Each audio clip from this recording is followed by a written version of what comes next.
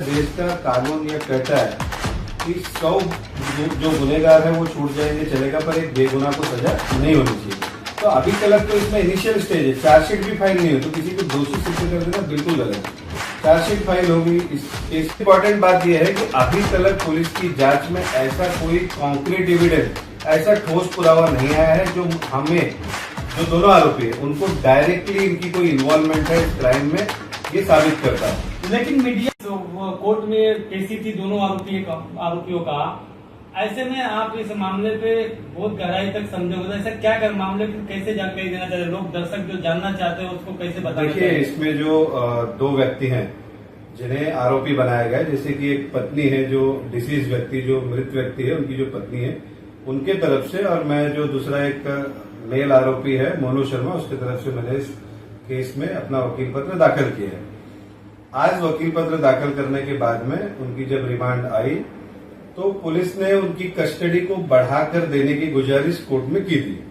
इसके विरोध में हमने अपना पक्ष रखा। हमने पूरी तरीके से बताया कि पुलिस को सफिशिएंट टाइम दिया गया है उनकी इन्वेस्टिगेशन करने के लिए, और लगभग उन्होंने सभी पहलुओं से तपास कर ली है, इन्वेस्टिगेशन कर ली है। इसके बाद में कुछ मुद्दे थे जो पहली रिमांड के दौरान शायद से किसी कारणवश उनके पहले के एडवोकेट ने उठाया नहीं था, लेकिन हमने इस बार वो कारण उठाया कि जो मौलिक अधिकार हमारे देश का संविधान हमारे देश के नागरिकों को देता है या किसी आरोपित व्यक्ति को भी देता है, उसका उल्लंघन सरासर किया गया है। क्योंकि आरोपी जो है वो एक हिंदी भाषी राज्य से आते हैं और उन्हें उनके ग्राउंड ऑफ अरेस्ट जो बताए गए थे, लिखित में दिए गए थे, वो मराठी में दिए गए थे, जो भाषा उन्हें समझ में नहीं आती है। हमारे देश का जो संविधान है, जो उसका आर्टिकल 22 और उसका अनुच्छेद, उसका सब क्लॉज 1 है, वो कहता है कि आरोपी को उसके ग्राउंड ऑफ अरेस्ट को बताना है जिस भाषा में उसे समझ रहा है। इसी के साथ साथ भारतीय नागरिक सुरक्षा संहिता के उपयुक्त धाराओं में भी उनके परिवार के व्यक्तियों को भी इसकी सूचना देनी होती है, वो भी मराठी में दी गई थी। आप में से कई लोगों ने देखा है कि, और मोनू की माताजी का आपने इंटरव्यू भी लिया है, उन्हें ठीक से हिंदी बोलने नहीं आती। उस महिला को मराठी में क्या लिखकर दिया गया, उसमें क्या लिखा था, वो कैसे समझ में आएगा? तो ये सारी बातें हमने रखी और हमने ये रिक्वेस्ट किया कि आरोपियों की जो कस्टडी है, पुलिस कस्टडी, वो पुलिस को ना दी जाए और इनको जुडिशियल कस्टडी यानी कि जेल कस्टडी में भेजा जाए। अभी कितने दिन की पुलिस कस्टडी दोबारा मिली है? अभी देखिए 3 अगस्त तक का जो है पुलिस कस्टडी उन्हें दिया गया है और उसके बाद उनकी पेशी पुनः होगी। आपने अभी एक लाइन बोला कि कोर्ट के सामने आप ऐसा पेश किए थे, पुलिस की जांच खत्म हो चुकी है, तो ऐसा कैसे आप दर्शकों को बताया जाता है कि पुलिस की जांच खत्म हो चुकी है? देखिए, पुलिस ने स्वयं वहां कहा है कि हमें सिर्फ एक व्यक्ति से संबंधित इनिशियल जांच का प्रकरण है, इसलिए मैं इनिशियल जांच पे है यह जो पूरा मामला है, इसलिए मैं पुलिस ने कोर्ट में क्या क्या कुछ चीजें हमें कोर्ट में ही रखनी होती है, एक व्यक्ति का जवाब हमें लेना है, बस इस वजह से उन्होंने कहा है कि हमें पुलिस की कस्टडी चाहिए।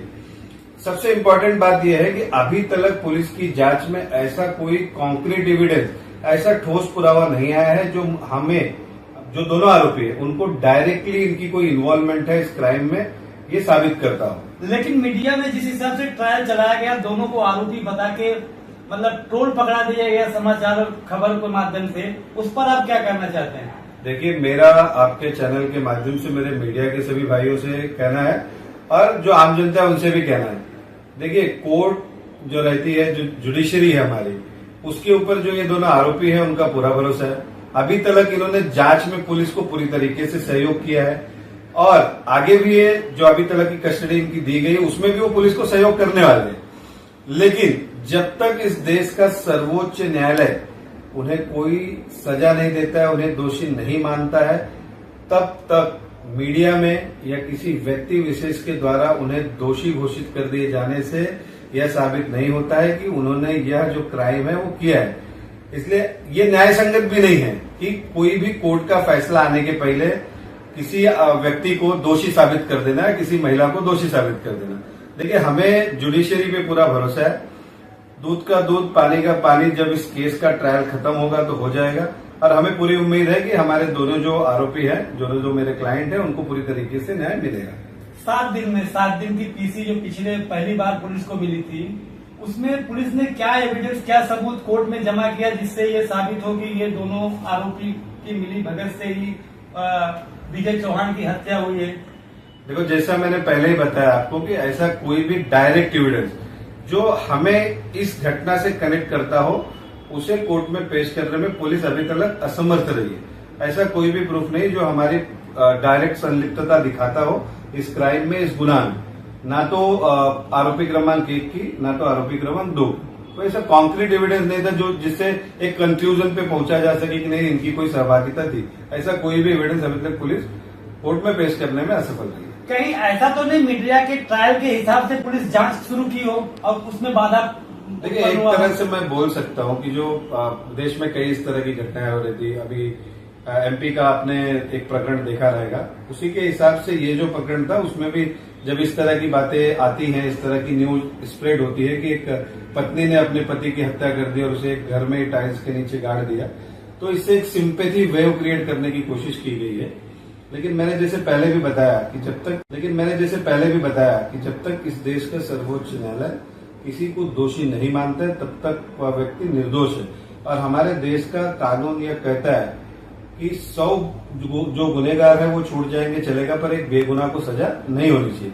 तो अभी तक तो इसमें इनिशियल स्टेज है, चार्जशीट भी फाइल नहीं हो तो किसी को दोषी सिद्ध कर देना बिल्कुल गलत है। चार्जशीट फाइल होगी, इस केस का जो है ट्रायल चलेगा, ट्रायल के बाद में जो निर्णय आता है उस निर्णय को हम पूरी तरीके से मानने को तैयार है, क्योंकि हमने पहले ही कहा।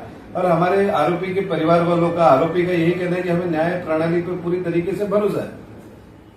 पुलिस जांच पे आप क्या कहेंगे? पुलिस जांच पे आप कुछ सवाल उठाना चाहते हैं? आप अपने ये पेशे के हिसाब से वकील, आप वकील है, केस लड़ रहे हैं, तो देखिए, मेरे हिसाब से पुलिस को अभी तक सफिशिएंट टाइम दिया गया था और सिर्फ एक व्यक्ति के लिए उन्होंने मांग की है, तो ठीक है, उन्हें तपास करने, इन्वेस्टिगेशन करने का पूरा अधिकार है, उन्हें दिया गया है। तो हम अगली तारीख पर फिर देखते हैं कि उनके द्वारा क्या ऐसा पेश किया जाता है जो आरोपियों के विरुद्ध है या उनके खिलाफ जा रहा है।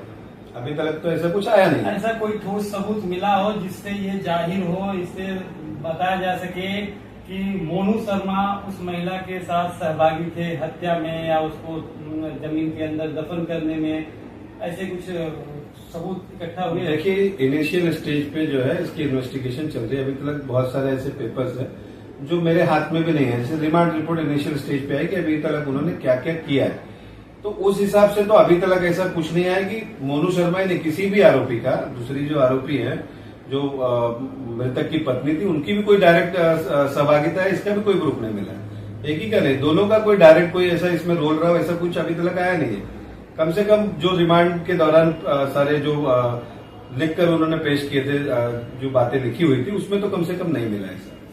अंत में एक सवाल और करना चाहूंगा कि आप दर्शकों को क्या बताना चाहते हैं कि अगले रिमांड तक आप क्या कुछ बताना चाहेंगे लोगों को कि हाँ, अगले रिमांड में हम आप सामने कुछ नया रखेंगे? देखिए, हम तो क्या है कि जो पुलिस मटेरियल इन्वेस्टिगेशन के दौरान लेकर आती है उसी के बेस पे हम उसको पहले वेरीफाई करते हैं, उसके बाद में जो हमारे क्लाइंट है उनका पक्ष रखते हैं।